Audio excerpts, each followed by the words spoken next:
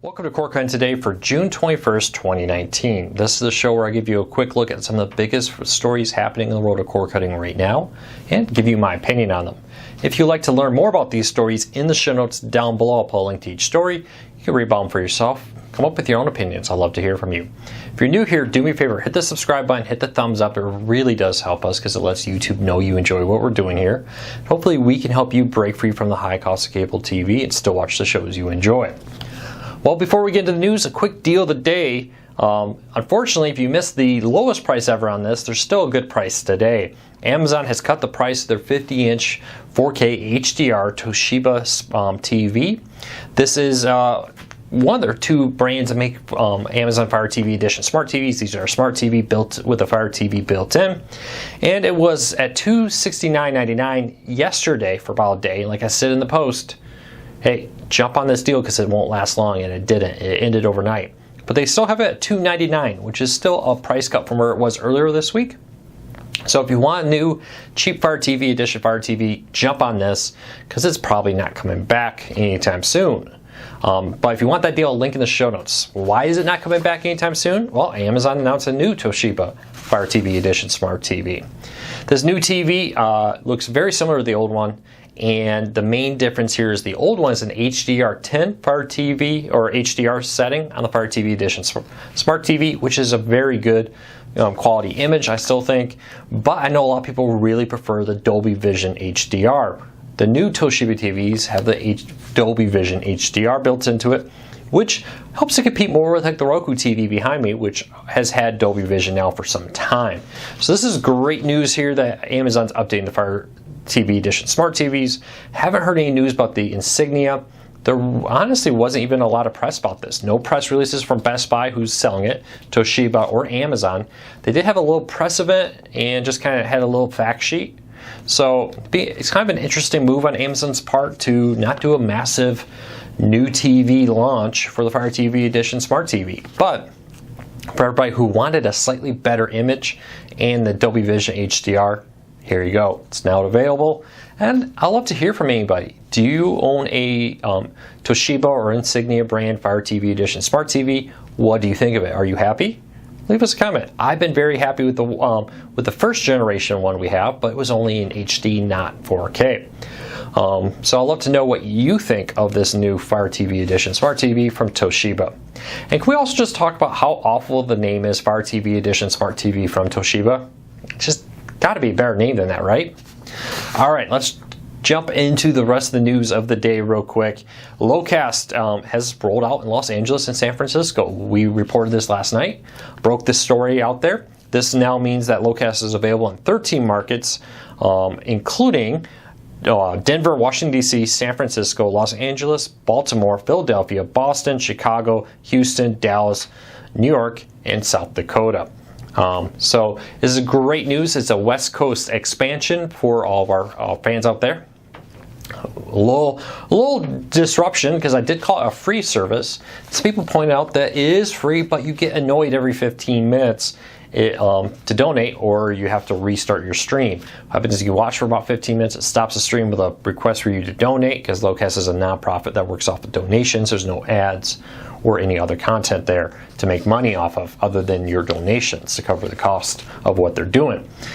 Now, that is true, but you can still watch it for 15 minutes for free, and that means you can always jump right back into it and continue to watch for another 15 minutes for free, which means for a 30-minute TV show, you get one interruption to donate. So I would consider that free, just like if you would watch the Roku channel or Tubi or Crackle. You're going to be stopped and watch ads if you, with it. Or you can get like Netflix and not pay and not be stopped. So it's kind of one of those situations. You know, if you want it free, you know, you're paying with your eyeballs, which means you're going to be paying by seeing an ad pop up saying, hey, please donate. So I would consider this free. Now, I do understand people hate ads. They hate interruptions in their shows. So if you don't want that, it is a $5 fee to remove those interruptions. Some people have said they've donated and still seen those interruptions. Contact Locast support. They will fix that issue for you. So I'd love to know, do you use Locast? Have you enjoyed it? Leave us a comment. Some people have said that Locast is still reporting not available in those markets. On the website, I've heard everybody using it like on a Roku and a Fire TV, etc. have been able to do it without issues. So let me know what you think. Next story up of the day, Kodi, several Kodi add-ons, some very popular piracy add-ons, have shut down following a UK arrest. Earlier this week, last week, I'm not sure exactly when it happened, a large Kodi add-on developer, well known for offering pirated content or enabling pirated content, we'll call it, because I'm not sure they actually hosted it, they just enabled your connection to it, maybe a way to say it, was arrested in the UK. Now, in the US, there's been lawsuits. In the UK, they've been aggressive, a little bit more aggressive by going after them legally. So several other developers kind of look at this and say, hey, I don't want to be the next developer arrested. So they've announced that they're shutting down their Kodi add-ons. These include some very popular ones, including ones like Maverick, which had over 10,000 Twitter followers at the time it was shut down. You can only imagine how many people were actually using it if that's the people who actually took the time to go follow the creator's personal Twitter account. This is always one of those things. People said for a while, Luke, why does it matter? It's just going to pop up somewhere else. That is true, and that's not necessarily always true. You know, they said the same thing about LimeWire. Oh, if you shut down LimeWire, somebody else will pop up. If you shut down this BitTorrent service, another one will pop up. And that may have been at first, but after a while, after consecutively shutting down these services, people do get frustrated with it and move on. Companies like Dish and others seem to be hoping that it will be moving on to a legitimate service. We'll see what happens, because not only are they targeting Kodi, they're also targeting these so-called IPTV services that offer streaming. So it'll be very interesting to see in the long run what happens here, but there definitely seems to be a coordinated effort to go after the creators of these Kodi add-ons that offer piracy. Kodi's a legitimate media center, but the add-ons that offer you pirated content are not legitimate. And these IPTV services. Had somebody last night ask us, you know, Luke, isn't there legitimate IPTV services? How can you say people are going after IPTV and these? There are legitimate IPTV services, but no legitimate service calls themselves an IPTV service. The reality is the term IPTV has kind of become synonymous with piracy. Actually, inside the industry, the cable executives and everything call live TV streaming services like Sling TV, DirecTV Now, etc. VMPDs, virtual multi-whatever providers. Video distribution, something or other.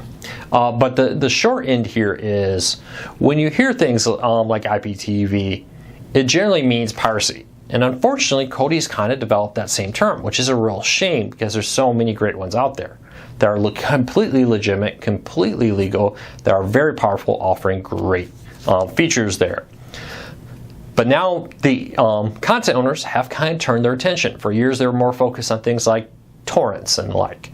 Well, now that torrenting has seen a huge drop in popularity, and people moved over to Kodi and now IPTV services, they're targeting that.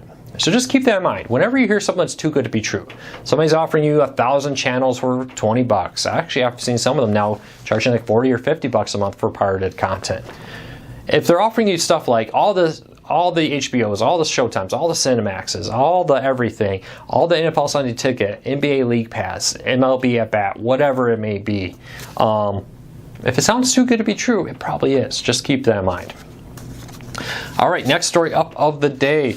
Roku is issuing full refunds to anybody who downloaded the Twitch Roku channel. So Twitch is an Amazon, now Amazon owned, it used to be an independent company, streaming service. It's a lot like YouTube, it mainly primarily focuses on live streams, was originally known for gaming, has really diversified into live streaming, even done some really cool cord cutting things like Bob Ross had a marathon of Bob Ross painting, they had a huge marathon of classic Doctor Who content. Power Rangers, when the movie was coming out, they did a huge marathon of Power Ranger stuff streaming on there. And they even have things like sporting events, like NFL football was free on Twitch. So it's a pretty cool service. While Amazon pulled their official Roku channel. It says if you have it installed, you can continue to use it. If you didn't have it installed, you would no longer be able to add it to your Roku account. Very quickly, a independent developer launched something called Twitch, which was very similar to the original Twitch Roku channel. and it was in the official Roku channel store. And you could download it. There was a free version with ads and some limited functionality. And then there was Twitch, which was a 99-cent version that will allow you to go and log into your Twitch account and get it just like you would before. Earlier this week, they pulled the support. It just vanished. They updated the app and disabled it. Roku's support has said that was done by the channel creator, not Roku. But Roku says, hey, we're going to make this right. We're going to offer 99-cent refunds to anybody who was affected by this. If you paid for the Twitch app and you would like your 99-cent refund, you do need to contact Roku. Chat support can do this for you. It's far quicker than trying to call them. And just request your 99-cent refund, and according to Roku, they will issue that refund. I've already heard from some Roku readers out there that use Roku that they have received their 99-cent refund. It was a very popular channel because Twitch is pretty good. There are unofficial Roku channels out there that will still allow you to add Twitch to your Roku, which is great. Not sure why this developer, maybe he got another job, maybe it was just like, hey, the amount of money I'm getting for this versus the amount of effort I'm having to put into it to make this work, it's just not worth it. So he pulled the plug for some reason, and according to Roku, it wasn't them. So very interesting to see if another Twitch app pops up in the Roku channel store. Hopefully Amazon brings back an official one because it's great. And Twitch is available on Android TV and the Fire TV right now. So that's the Twitch news. And I do love to see Roku say, hey, we're going to make this right for our customers. So good news and good job, Roku.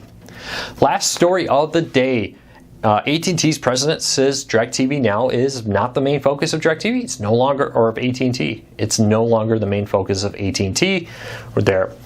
This week, the AT&T's mobility and entertainment president, the person that oversees all those departments, David Christoph, I'm probably butchering that. I apologize.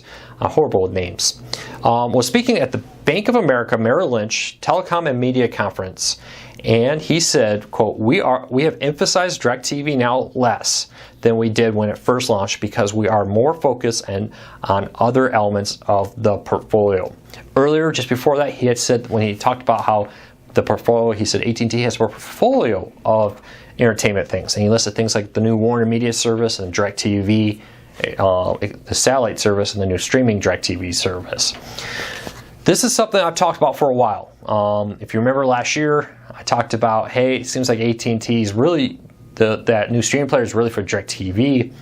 They started backing off. For instance, the DIRECTV add-on for the DVR was supposed to be one of many add-ons to come to DIRECTV now. It was supposed to be a massive flush of new income. If you listen back over a year ago to the earnings call from the AT&T executives, they were talking about, oh, look, we're going to launch this add-on for extra hours and additional this and that for DIRECTV Now to get more revenue. None of that has come true. AT&T has completely wiped all that, not talking about things like additional add-ons for additional revenue. All they're talking about is Warner Media, it's a new streaming service, and DIRECTV, and especially with the DIRECTV streaming thin bundle. So this once again supports this once again confirms, I should say, there's really no gray area in this, that DIRECTV Now is just not the main focus it once was. That DIRECTV Now is not necessarily going away tomorrow, but it's definitely not the main focus of AT&T anymore. And right here's the president saying it. Now, we've also learned the CEO of Communications has said that DIRECTV Now will eventually be rolled into the new Warner Media service with a unified app, unified search, and very much of a Hulu-esque add-on to go right there. So I'll be very interested to see what happens here, but this to me, for all the talk of like, oh, maybe they will bring on that DIRECTV Now DVR add-on to give us additional storage for an extra $5 or whatever it may be, I would say this makes it completely unlikely. Let's just be honest. The future of DIRECTV Now is probably whatever it is right now. I wouldn't expect a massive update to the app. I wouldn't expect a massive amount of marketing. They really haven't been pushing it recently. They've cut way back on the marketing compared to what they've done in the past. So I'd love to know what you think. What do you think of AT&T's president saying it's no longer their main focus, that they've pulled back on DIRECTV Now to focus on other areas? So I'd love to hear from you. And again, I saw some people saying, oh, this is a rumor. It's not a rumor. It was the president of AT&T, Mobility and Entertainment Department, out there saying, yeah, DirecTV Now, not our main focus. You can read his quote in the notes down below. I'll have a link to it.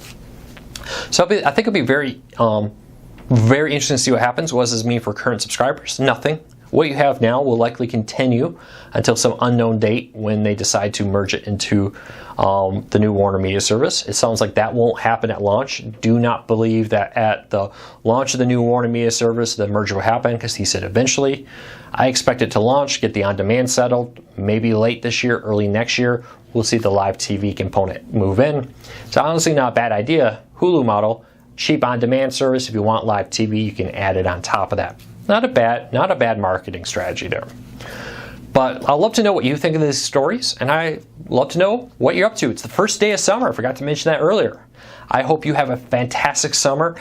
Tomorrow we will be posting our summer survey. So every quarter we do a survey of our readers for the winter, spring, fall, and summer, where you kind of let us know what devices are you using, what are you excited about in cord cutting, what services are you using. Kind of helps us keep our finger on the pulse of the community in the world of cord cutting. So check it out in the show notes down below. I'll put a link to it so you can go and test out or fill out the survey. It takes less than 10 minutes, and it helps Cord Cars News make sure we're in touch with what all the cord cars are doing out there. We'll really appreciate your support. That will go live tomorrow on Saturday. So thank you to everybody for your support. I will see you tomorrow. Have a fantastic weekend if I don't see you for our weekly recap. And I'll see you on Monday.